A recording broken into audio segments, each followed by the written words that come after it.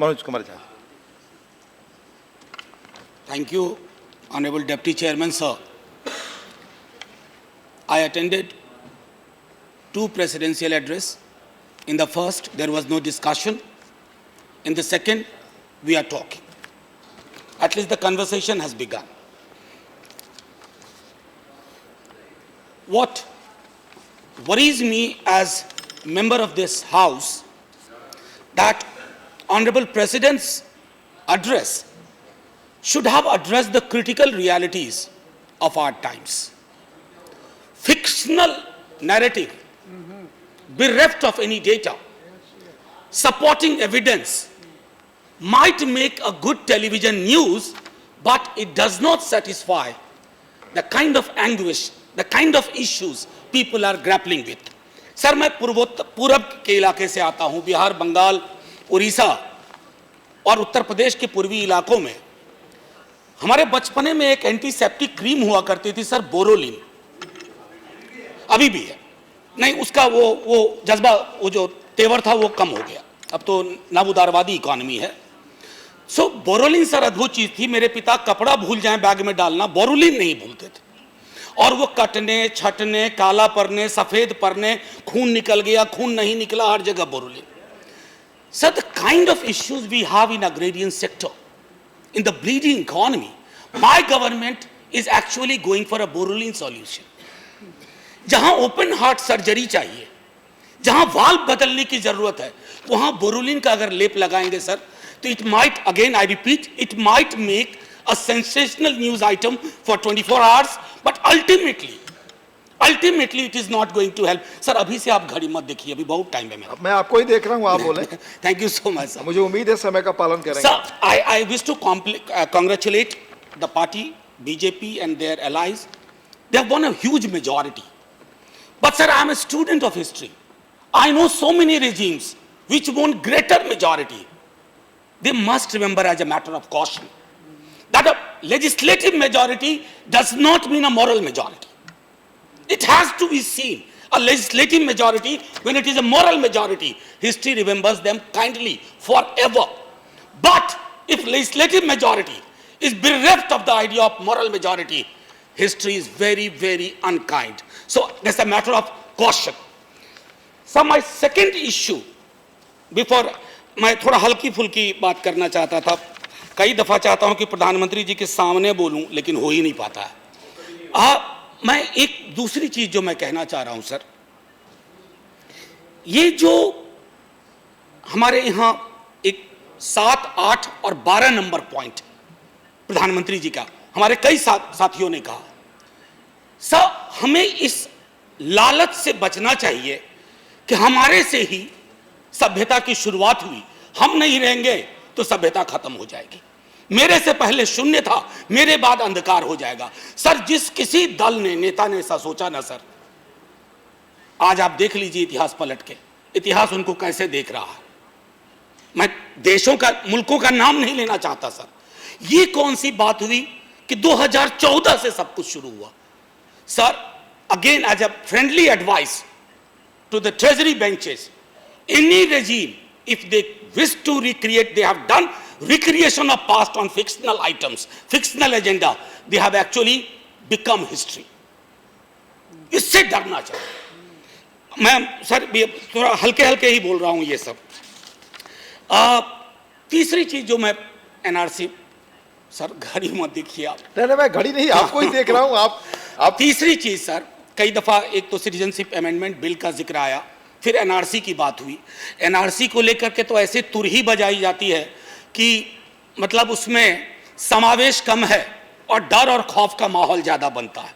तो एनआरसी, और इस पर जब मैंने जितना अध्ययन किया है सर, अगर ऊपर में स्वर्ग नाम की कोई चीज़ होगी, जहां आज महात्मा गांधी और मोहम्मद अली जिन्ना मिलेंगे ना, तो बापू कहेंगे, जिन्ना तुम जीत गए, मैं हार गया, मैं हार गया। जिन्ना को जीते जी जो हासिल नहीं हुआ ना सर, हमने उसकी मौत में उसको ये दे दिया। मैं धन्यवाद करता हूं कि जिन्ना को आपने जिंदा कर दिया। मैं कुछ डेटा सर मैं देना चाहता था। जॉब्स को लेकर के मेरे कई साथी बोल चुके हैं। सर ये बेरोजगारी, अनएम्प्लॉयमेंट का जो सिचुएशन है, ये मुल्क के लिए भयावह है।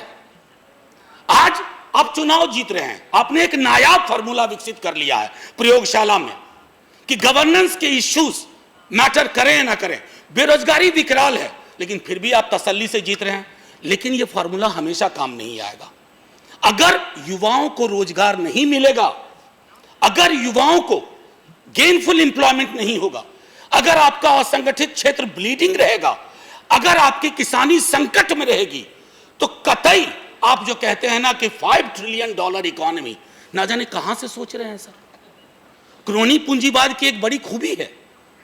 10 बरस कई हमारे कांग्रेस के साथियों को भी मुगालते में रखा, इन्हें भी मुगालते में रख रहे हैं। क्रोनी पूंजीवाद अपने अलावा कुछ नहीं देखता। बाजार मूलतः हिंसक होता है सर, और बाजार की हिंसा बड़ी भयावह होती है। मैं तो अपने विश्वविद्यालय को देख रहा हूं सर, फी की बढ़ोतरी इस प्रकार हो रही है ना कि जो निम्न आय वर्ग से आने वाले बच्चे हैं, अब उनके लिए दरवाजे बंद हो गए। क्या हमने तय कर लिया है कि 5 समृद्धि के टापू जो तय करेंगे वो उस मुल्क की हकीकत होगी, और बाकी सब असमानता के महासागर में गोते लगाते रहेंगे। चुनाव के दिन आएंगे, ईवीएम दबा देंगे, जीत हो सकता है फिर आपकी हो जाए, लेकिन उससे हकीकत नहीं बदल रही है। मेरा सिर्फ आग्रह होगा कि प्रेसिडेंट के जो हमारे माननीय राष्ट्रपति जी का जो एड्रेस हो, वो हकीकत के से मिलता जुलता हो। 100% नहीं तो कम से कम 50%। सर डिजिटल इंडिया और अकाउंट्स की बहुत बात हुई। एक छोटा आंकड़ा दे रहा हूं सर, इनऑपरेटिव अकाउंट्स आज सबसे हाईएस्ट पहुंच गया है, क्लोज टू 25%। इनऑपरेटिव अकाउंट्स ना, तो मुझे समझ में नहीं आता है इनको मनमाफी की डेटा कहां से मिल जाता है। पहले हम सोचते थे कि लोग टहलते घूमते हुए प्रोटेक्शन के लिए एसपीजी चाहिए, अब तो इस देश में डेटा को प्रोटेक्ट करने के लिए भी एसपीजी चाहिए। डेटा ही प्रोटेक्टेड नहीं है, कहते हैं कि ये डेटा कहां से आ गया, इस डेटा को हम नहीं मानते। तो कमाल की बात है, इसलिए मैंने कहा कि मनमाफिक डेटा जहां मिल रहा हो। मैं करप्शन के बारे में एक शब्द जरूर कहूंगा। बड़ी तेवर से बात हुई तो मेरे मन में आया सर, शेक्सपियर कहते थे, O Brutus as you know was Caesar's angel, this was the most unkindest cut of all. Corruption पर जब आप बोलते हैं, और मैं देखता हूं कि आपके सहयोग और आशीर्वाद से लोग विदेश प्रवास कर रहे हैं, तो मुझे लगता है ये अनकाइंडेस्ट कट है। ईमानदारी इतनी होनी चाहिए कि क्या हमने किया और क्या हमने नहीं किया। सर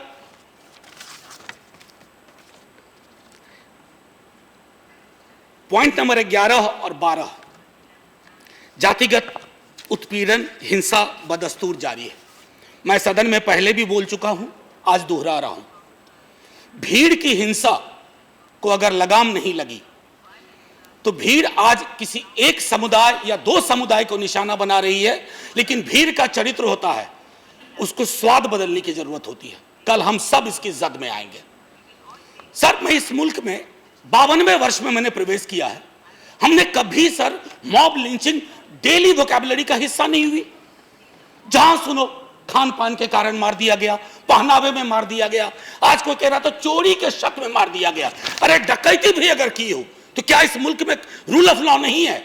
या हमने तय कर लिया ऑरवेलियन फ्रेम में, all animals are equal but some animals are more equal than others. Sir ये सोचना होगा। ये सलाह भी, मैं कोई चीज आलोचना में नहीं कह रहा हूं, अभी चुनाव बहुत दिन नहीं हुआ, कहेंगे तुरंत आलोचना शुरू कर दिया, तो आज मैं सिर्फ समालोचना में आपको सुझाव देने की कोशिश कर रहा हूं। सर एक चीज आगे आने से पहले कहूंगा, 105 नंबर पॉइंट देखिएगा सर, आप तमाम साथियों से ट्रेजरी बेंचेज पे आग्रह है, संवैधानिक मूल्यों की चर्चा की है हमारे राष्ट्रपति जी ने। सर उसमें सेक्युलरिज्म गायब हो गया, सेक्युलरिज्म है ही नहीं सर। कुछ हुआ क्या इस बीच में? या सेक्युलरिज्म को हमने बना दिया है give a bad name to a dog and then kill him.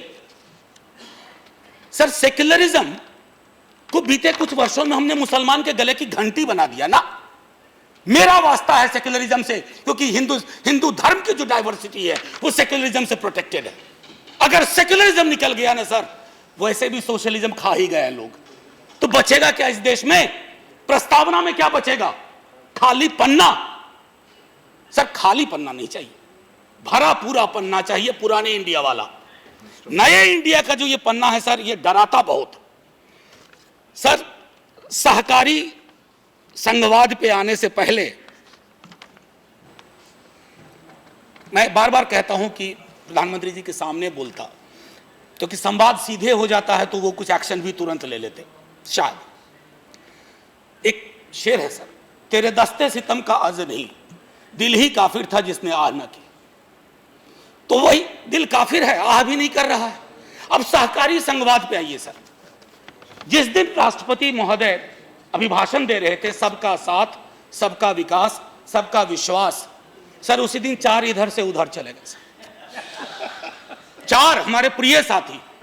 और मेरे जहन में आया कि उसी का दम है इस जमाने में, इधर का दिखता रहे उधर का हो जाए। मैं वही कह रहा हूं ना, उसी का दम है इस जमाने में, जो इधर का दिखता रहे उधर का हो जाए। तो ये सहकारी संघवाद है। सहकारी संघवाद हमने गोवा, मणिपुर, मेघालय में देखा, और अभी सर ताजा ताजी देख रहे हैं बंगाल में। 24 घंटा 7 दिन। सर बंगाल का हूं नहीं, बड़ी मोहब्बत में, जितना साहित्य पढ़ा ना बंगाल से ही पढ़ा, हिंदी में अनुदित किताबें पढ़ी। सर जिस दिन ईश्वरचंद्र विद्यासागर की मूर्ति टूटी थी ना, उस दिन मुझे लग गया कि बंगाल को तकसीम के दौर में ले जाने की कोशिश हो रही है। 46, 47, 46, 47 बंगाल ने बहुत भुगता था सर। गांधी के आखिरी फेज को सब पढ़े, कैसे खड़े हुए थे, क्या क्या उन्होंने नहीं किया था बंगाल को उस दंश से बचाने के लिए। आज कोई नहीं। चंद सीटें आप जीत जाएंगे, मैं मानता हूं, जीत गए आप लोकसभा में, लेकिन बंगाल हार जाएगा। ईश्वरचंद्र विद्यासागर हार जाएंगे, गुरुदेव हार जाएंगे, क्योंकि गुरुदेव को कोट किया था माननीय राष्ट्रपति जी ने। लेकिन वही गुरुदेव कहते थे, where the world is without fear and the head is held high. और यहां दौर कर दिया ऐसा कि निसार में तेरी गलियों पे वतन, कि जहां चली है रस्म कि कोई न सर उठा के चले। जो कोई चाहने वाला तवाफ को निकले, नजर बचा के चले, जिस्मो जान चुरा के चले। क्या ऐसा चाहते हैं? फैज ने यह पाकिस्तान के लिए लिखा था सर, लेकिन मुझे लग रहा है कि जो पाकिस्तान 47 से अब तक था ना, हम पाकिस्तान की नकल कर रहे हैं। हम पाकिस्तान बनना चाह रहे हैं, हम हिंदू पाकिस्तान बनना चाह रहे हैं, और काफी हद तक सफल हो रहे हैं सर। अब क्या हो गया, अब देश छोड़ के जा भी नहीं सकते, यही रहना होगा। इंश्योरेंस बेस्ड हेल्थ मॉडल, बड़ी चर्चा हुई। कई लोग कहते हैं कि इसी वजह से चुनाव जीत गए। सर ये इंश्योरेंस बेस्ड हेल्थ मॉडल की पड़ताल की जरूरत है। ये किसके हेल्थ की चिंता है? इंश्योरेंस कंपनीज की या आम आवाम की? इंश्योरेंस कंपनीज बहुत खुश हैं सर। मैं जानता हूं कई साथी हमारे काम करते हैं, वो कहते हैं मजा आ गया, बहुत ड्राई चल रहा था, अचानक से बूम इन हो गया। Sir insurance Jha ji 1 minute, आपके पास 2 मिनट है, हम बोलने का वक्त देंगे। सर 3 है मेरा। 2 मिनट है, मैं बोलने का वक्त दूंगा। 6 बज चुके हैं। कृपया हाउस की सर्वसम्मति चाहिए, कब तक हम सब बैठेंगे। और मैं आपको पहले बता चुका हूं कि 50 स्पीकर्स हैं, झा जी को जोड़ें तो शायद 9वें स्पीकर हो रहे हैं। तो हम कितनी देर बैठेंगे? और आप please. Sir, I propose to have the sitting till 8 o'clock. Tomorrow, sir. Today, kindly stop it. Bhattacharya साहब, आप आज के लिए सर बंद बहुत कर सीनियर और दीजिए। वरिष्ठ सदस्य कल हो हैं। जाएगा सर। वरिष्ठ सदस्य प्राइम मिनिस्टर रिप्लाई देगा। कुल 50 हाँ, उसके पहले हम लोग स्पीकर्स को हैं। टाइम मिलेगा। Please. प्राइम मिनिस्टर को I've prime heard your minister point, शाम sir. तक भाषण देंगे। भट्टाचार्य पहले साहब, उन very लोग का senior member, भाषण हो please, जाएगा, please उसको take बाद your में seat. Prime minister. Sir It all depends on you. What I'm leaving is Keshav time. Ji, you are all very senior members. Business advisory committee में जो चीज तय हुई उसके अनुसार 11 घंटे आज और कल के बीच हमें बातचीत करनी है। अभी 50 स्पीकर्स हैं, अगर कल पे हम छोड़ते हैं, yes We'll have 12 hours. Okay. Instead of tomorrow, day after tomorrow, we'll start it from 11 o'clock itself. So that we'll have a 12 hours thing and I think 50 people can speak. when honorable prime minister will reply, Tomorrow, today because I and think he has to tomorrow. go out. The session is today and tomorrow. Please, Bhattacharya साहब, In the Business Advisory Committee, the discussion was that we should, no, let me put my view and let me report what was discussed there. I am not giving my suggestion personally, that we'll have a discussion of 11 hours, today 6 hours and tomorrow 5 hours, because already we are exceeding the time. For each party, the time that was given, we are exceeding that. So tomorrow, the 5 hours that we have already allotted, I am sure that it will go beyond that. So tomorrow also it will be 6 hours. Day after tomorrow, the Prime Minister has agreed to reply in the afternoon at 2 o'clock. 8 o'clock तक. हाँ Anand ji, Please, sir. By our experience of the last many years, when we were on that side and this side, it has always happened, without any exception, that there are time overruns and there are overlaps. It has always happened. Chair also sometimes is kind enough. Some honorable members request 2, 3, 4 minutes here or there are given. Question here is for the government. Yes, it's true that it was discussed in the Business Advisory Committee, but as per the established practice, the sense of the House is always taken before extending, which you have done. Sir, we can definitely have the discussion continue tomorrow from 2 o'clock or whatever the prescribed time. And I agree with what Keshwar Rao ji has said.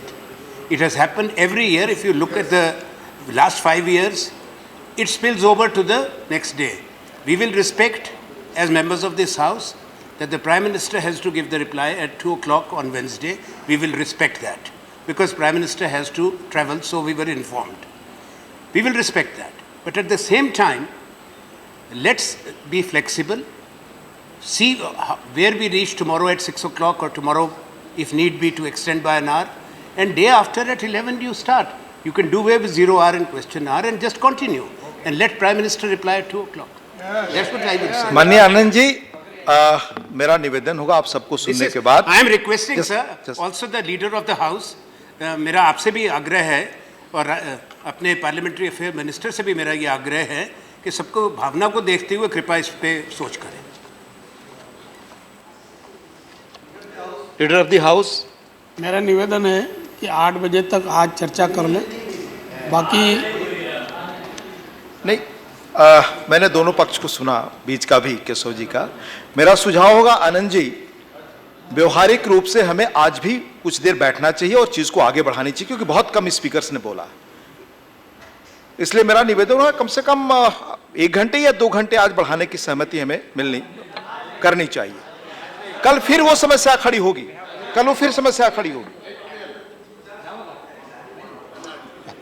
All right, 1 hour more, sir. We can sit for 1 hour more. आप बताएं. सदन के अधिकांश माननीय सदस्य 8 बजे तक बैठने के लिए तैयार दिखते हैं मुझे तो. आप 8 बजे तक का. चलिए मेरा सुझाव, कलिता साहब, मेरा सुझाव 7:30 बजे तक हम बैठते. 7:30 बजे तक बैठते. 7:30. आनंद जी 7:30 प्लीज. हम नहीं, 7 बजे से आगे नहीं बैठेंगे. 7 PM हमने बोला है. 1 घंटा हमने बोल दिया. देरी की 7:30 प्लीज. नहीं 7 बजे तक नहीं, 7 बजे लीडर ऑफ द हाउस. नहीं, आज अगर 7 बजे तक बैठते हैं तो कल 8 बजे तक बैठने के लिए, कल 8 बजे तक बैठ सकते हैं. कल 8 बजे तक बैठने की तैयारी है क्या? आपको बड़े आदर के साथ कहते हैं, आपसे आग्रह किया हमने गहलोत जी कि कृपा करके जो सुझाव हमारे वरिष्ठ सदस्य केशव राव जी ने दिया है कि परसों सुबह 11 बजे से फिर आप आरंभ करें. हम सारी बात को मानते हैं कि 2 बजे प्रधानमंत्री उत्तर देंगे. कृपा करके आप ऐसा मत माननीय करिए. आनंद जी, एक सुझाव और लीडर ऑफ द ऑपोजिशन से आया था कि हम लंच आवर डिस्पेंस करें और कल लंच आवर खत्म करके कल से ही 1 बजे से अपनी बात शुरू करें इस पर. नहीं, अगर आपको करना है पर नहीं, हमें नहीं, ये प्रस्ताव था. वो परसों का है. सहमति आप सबको होना. वो परसों के लिए है. कल के परसों के लिए है. लीडर ऑफ द हाउस वो परसों के लिए है. कल के लिए भी मुझे उन्होंने मालूम है, कहा। मेरी बात हुई है नेता प्रतिपक्ष से। ऐसा लगता है कि हाउस की मंशा 7 बजे तक ही चर्चा की है, तो आज 7 बजे तक करा लें। कल लंच आवर नहीं, परसों का लंच आवर छोड़ने की बात हुई थी। परसों लंच आवर छोड़ने की बात हुई है। हमने कल का नहीं, पर आपको जैसा है, कल तो 2 बजे से आप 7 बजे तक कर लें, परसों आप 11 बजे से शुरू कर दें और लंच आवर को हटा दें। आप बताएं। ठीक है, आप जैसा वो हम बात, कह रहे- देखिए मैं एक चीज कहता हूं, उस दिन बिजनेस एडवाइजरी कमेटी में माननीय सभापति ने, आप भी थे सब, एक चीज कही थी कि प्रतिपक्ष और सरकार आपस में बैठ के बात कर ले, ये भी कहा था।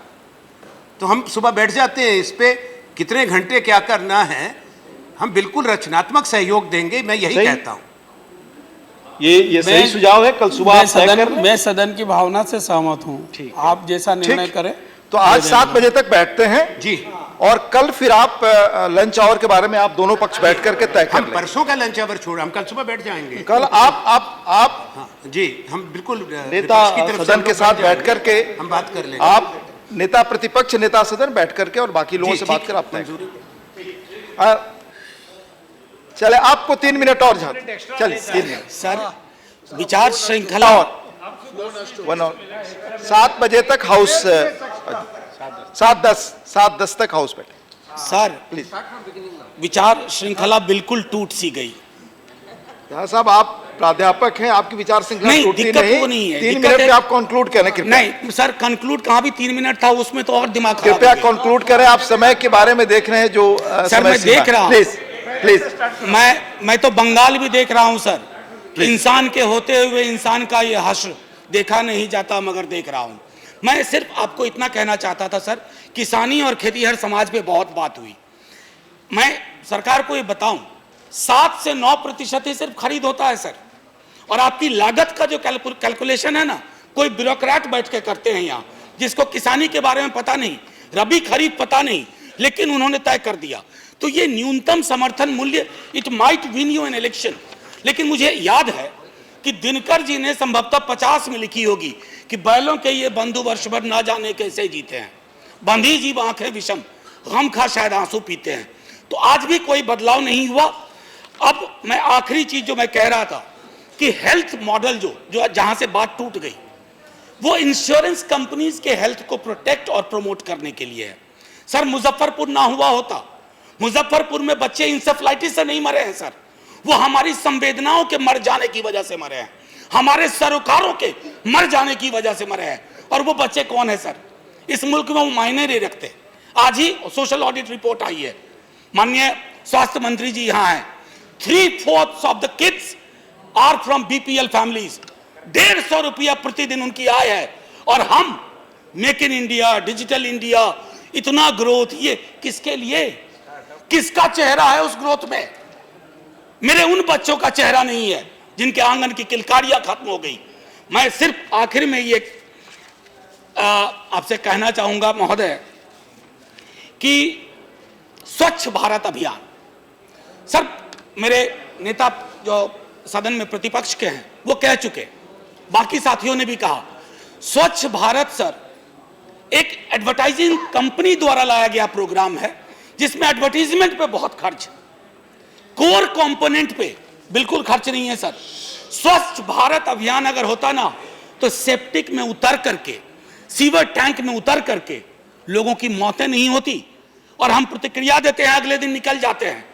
सर, सीवर में उतरने वाले की मैं पहले भी सदन में कहा कि हमारे मुल्क को चंद्रयान भेजने का कोई मतलब नहीं है अगर सीवर में उतरने वाले की आप जाति नहीं बदल सकते। आज भी उसी जाति के लोग उतर रहे हैं बिना मोटराइज्ड इक्विपमेंट के। तो मैं और आखिर में सर, क्योंकि मेरा तो पूरा का पूरा थॉट प्रोसेस ही डिस्टर्ब हो गया, आखिर ही कह दे रहा हूं सर कि मेरा आग्रह होगा, मैंडेट की पड़ताल करें। Mandate is not a license to decimate constitutional propriety and core governance issues. Mandate is to take everybody along. और इसीलिए मैं कहा, दरअसल साबित हुए वो बिखरे हुए पन्ने जो कहते थे हम मुकम्मल किताब है। धन्यवाद सर, जय हिंद। धन्यवाद।